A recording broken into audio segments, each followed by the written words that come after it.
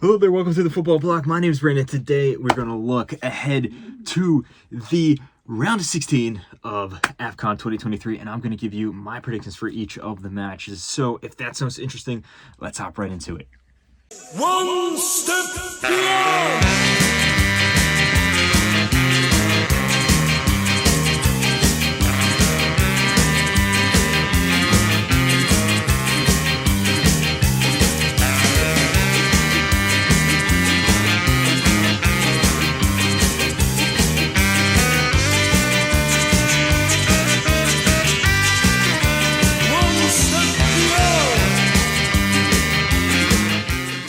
So the round of 16 is finally here. The knockout stages of AFCON 2023 are finally here.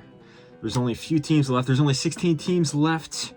We've eliminated the rest, and we get closer and closer to crowning the Kings of Africa for 2023. So let's look ahead to each of these matches. I'm going to give you my analysis. I'm going to look at both of the teams in each of these matchups here, and then eventually I'm going to give you my score prediction to see who is going to go through to the quarterfinals. So without further ado, let's start off. The first match we're going to look at is Angola versus Namibia.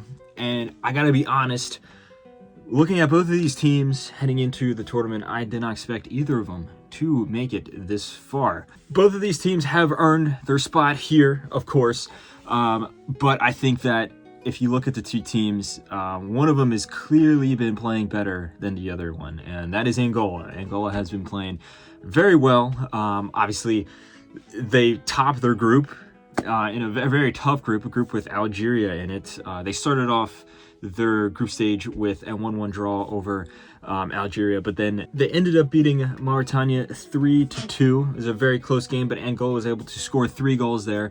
And then the other big team in the group besides Algeria was Burkina Faso, a team that has regularly done well at the AFCONs before, and Angola deservedly beat them 2-0 in the final match. Compare that to Namibia. Namibia did have a historic win over Tunisia, their first ever win at an AFCON, and Tunisia's, one of the biggest teams in this tournament.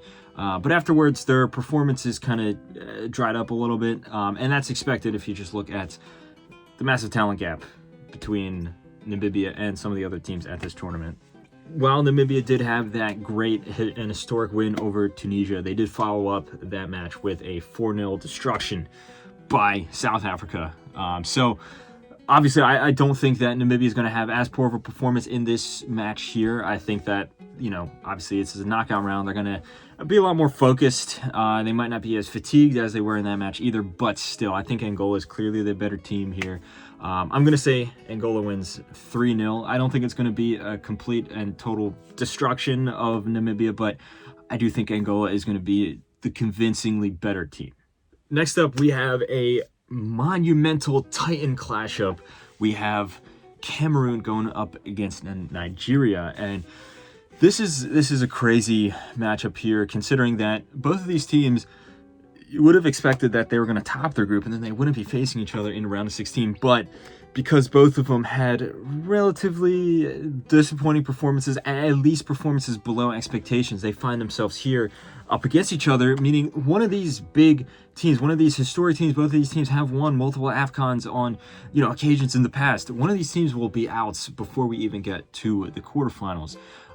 If you look at Nigeria, the way they've played, it hasn't been the best. They've had moments of brilliance. If I'm being honest, it's more so moments of individual brilliance.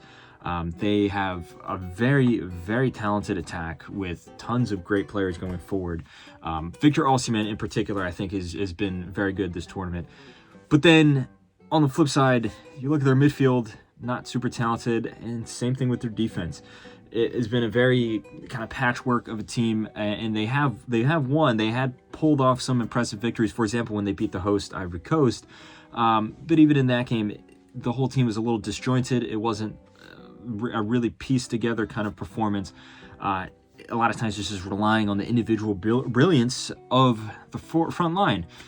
Compare that to Cameroon, and Cameroon is somewhat similar in the sense that the team isn't really firing on all cylinders. There's clear flaws here, but I think it's more so of just a decline of a generation.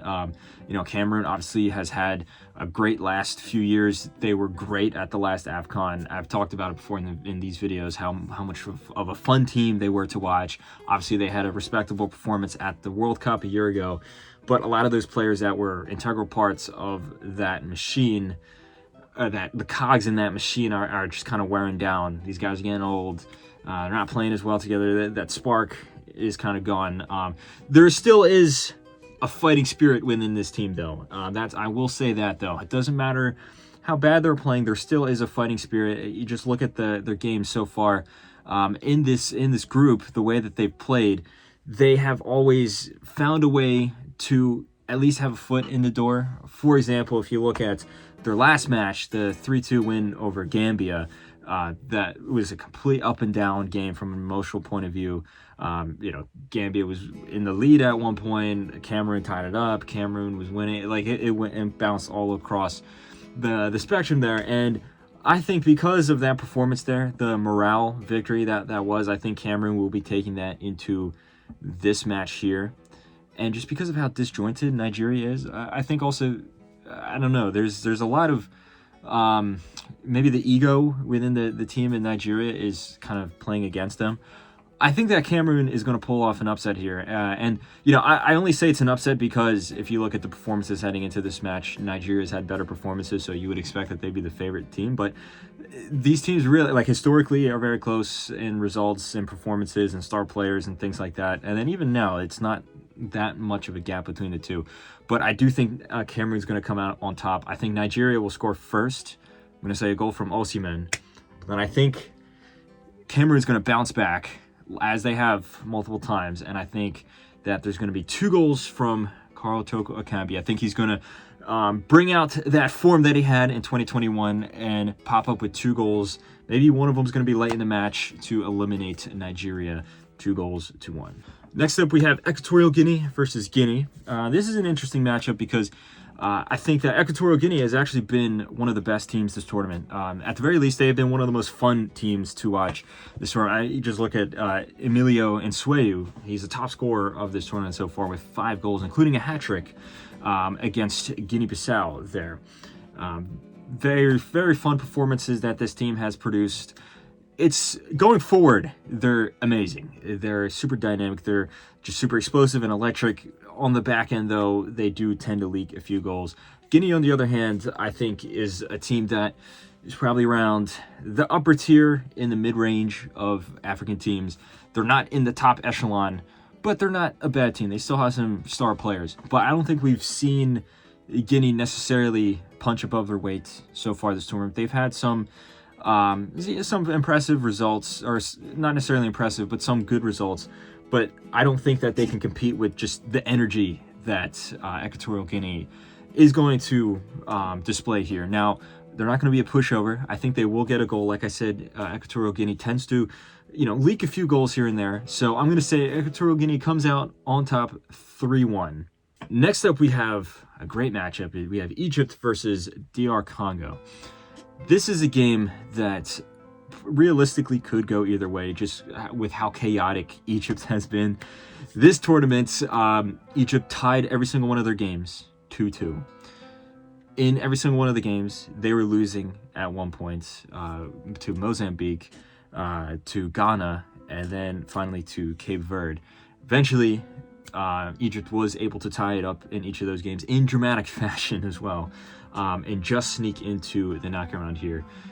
Egypt has a lot going up against them in this tournament. There's a few players out with injury, most notably Mohamed Salah.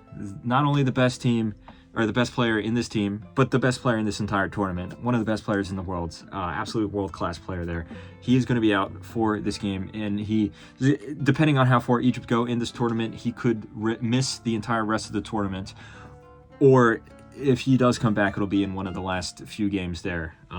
So Egypt have to rely upon their other stars. And this still is a very talented team. It may not be as talented as it was back in 2021, but there still is a bunch of really good players. Obviously, you still have the veterans. El Higazi is still there. El Shanawi is still there. But then you also have, El Neni still there. But you still have some guys that are more, I guess, newer to the setup. Mustafa Muhammad as well as Marmoush. These guys that weren't necessarily the biggest stars for the team back in 2021, but they have been having good performances here. Throwing Trezeguet there as well. It's still a very formidable team, and even more so than maybe the talent on the pitch is that fighting spirit. We talked about that with Cameroon, but with this Egyptian team, it's even more so. Like I mentioned, in each of one of their group stage games, they were losing at one point, and yet they fought back to a draw. So this team is not going to go down without a fight. That being said, they still were losing at some point. So there still is visible flaws in this team. This is a very chaotic team. They're very fun to watch from a neutral point of view, but it is incredibly chaotic. You never know what's going to happen. They could have a complete defensive calamity, let up a goal, or they could have one of the most intense and intricate attacking plays you'll see, and then put an amazing goal in the back of the net. Compare that to DR Congo. They're a team that I think going forward is where they have the strength in talents. You look at a guy like Cedric Bakambu, very talented player there, used to play in Spain. But for a lot of the chances that they create, they just don't seem to put them in the back of the net. I think DR Congo had a really good chance to top the group, but just because of the amount of chances that they missed, they ended up tying some games instead of winning them, stuff like that. Not getting all the amount of points that they could have gotten. And also, when you just look at the team on paper, it is a lot less talented than Egypt. I think ultimately Egypt will come out on top in this game as a result, but it is going to be a grueling process. I think it's going to be 2-1 to Egypt, but it's going to be 2-1 in extra time. I think it's going to be 1-1. You know what? I'm going to say Egypt score first in this game, but then DR Congo come back with a goal in the second half into extra time. Egypt grab the winner. I'm going to say that Marmoush scores the winner there, sending Egypt to the quarterfinals, but only just. Up next, we have Cape Verde versus Mauritania. This is an interesting matchup. Teams with two very different paths to get here to the round of 16. Mauritania is a team that is severely punching above their weight. They have had some moments where they look like one of the worst teams in this tournament, but then other moments where they have shown incredible amounts of resolve and passion and determination. For example, their 1-0 win over Algeria, which sent them to the knockout stage and sent Algeria packing. That was a very momentous performance there, especially from a defensive point of view. But I think there is severe limitations for this team. Compare that to Cape Verde, and I think if you just look at the football that has been played on the pitch, if you don't worry about the names, you don't worry about the big players, the coaches, or anything like that. If you just watch the football on the pitch, I think Cape Verde has actually been the best team in this tournament. That might be a bit of a hot take, but the way that they smashed the teams in their groups, the way that they didn't even need to win that game against Egypt, and they were winning. They eventually fought back to tie it 2-2 as well. I think not only do they just have that momentum with them, the morale with them, but they do have a talented squad as well. I don't know if they're going to end up winning the whole tournament, but they certainly can make a really deep run. They are a serious opponent here, and I think that's just going to be way too much for Mauritania to handle. If you look at the game that Mauritania did defeat Algeria in, where they did defeat a top team, it was more so a performance where everything went right for them. The goal that they did score was a bit of a lucky deflection there, poor defending from Algeria, and then eventually throughout the rest of the game, poor finishing from Algeria, and also a wonder-class performance from their goalkeeper. I don't think that lightning will strike twice, and I also think that Cape Verde has just been a much better team than Algeria. So you compare those two games together, I think Cape Verde is going to come away with a win here. I don't think it's going to be a complete humiliating blowout, but I do think they will win handedly. I'm going to say 3-0 to Cape Verde. Next up, we have another Titan heavyweight matchup here with Senegal versus Ivory Coast.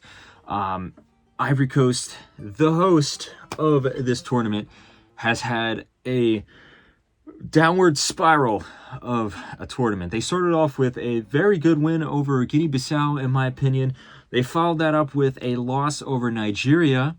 Now, again, a loss to Nigeria is not the end of the world. It is understandable when you consider how good Nigeria is. But it was a disappointing performance for Ivory Coast. They couldn't create anything in attack. And also, the expectation as the host, they shouldn't be losing games like that. Then the next game was one of the worst moments in AFCON history for a host. They got completely torn apart 4-0 by Equatorial Guinea. Wonderful performance by Equatorial Guinea, but an equally embarrassing performance for the Ivorians. They fired their coach. They don't have a coach heading into this game. There was a moment there where it looked like they were going to be eliminated from the group stage. It was because of other results that they were able to even get here to this point. Compare that to Senegal, complete opposite. Senegal has had a wonderful tournament so far. They are the defending champions. They have one of the most, if not the most talented squad in this tournament. Maybe Morocco will have an argument there, but still, it's between those two teams. Very talented. Everything has just been clicking for them. Now, they do have some, inadequacies up top, and I've said this before going back to the last AFCON. They don't offer as much going forward, but they do make up with that with a very strong defense. And I think we're seeing, pretty much the same iteration of that here. They have had some tough games, like that game against Cameroon was a tough match there, but they were still able to come out on top. I think this is going to be the end of the road for Ivory Coast. Unfortunately for them, despite being the host, I think that this is it for them. Even if they didn't have that humiliating performance against Equatorial Guinea, if it was just these two teams going up against each other in top form, I still would say Senegal is coming through just because of how much better of a team they are. There's too much chaos going on behind the scenes for Ivory Coast for them to muster up any type of a solid performance against Senegal here.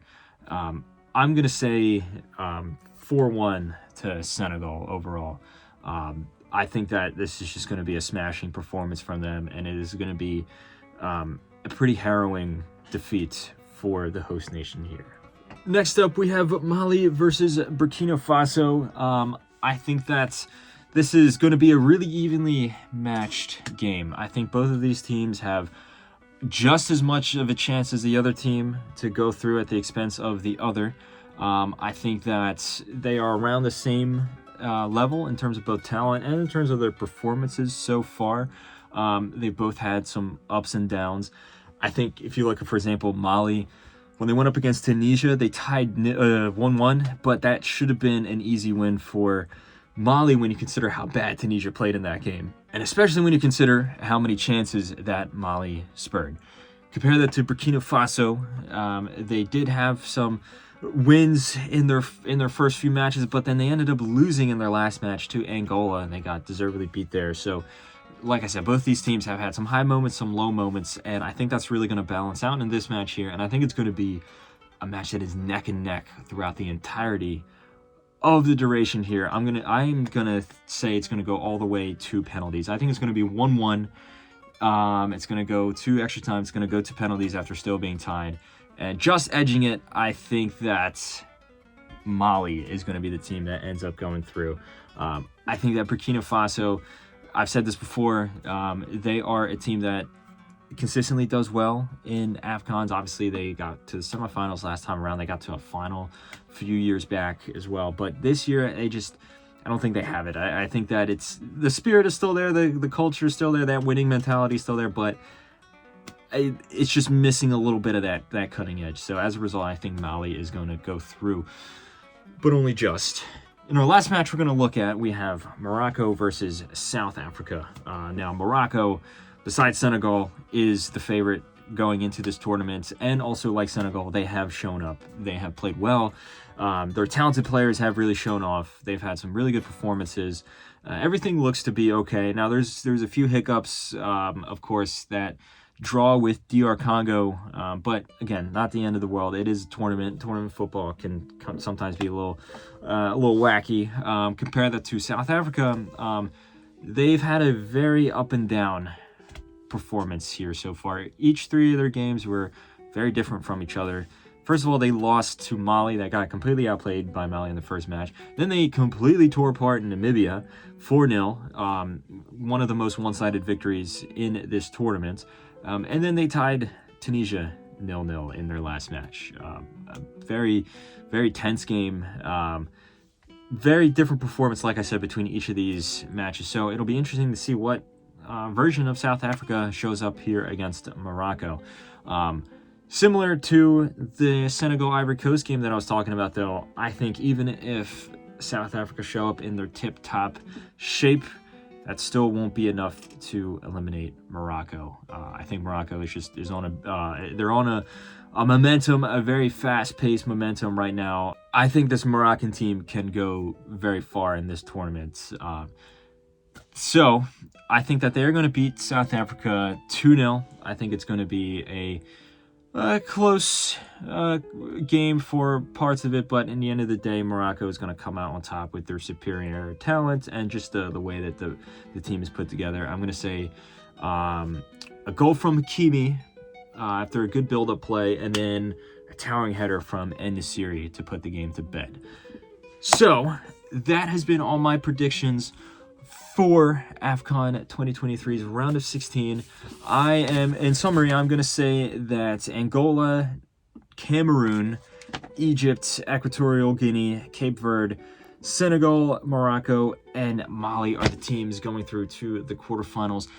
Let me know if you agree, do you disagree, do you think any of these matches that I called are going to go in any different directions. I made some hot takes, nothing super controversial, but there were some points that you can make credible arguments to disagree with me there.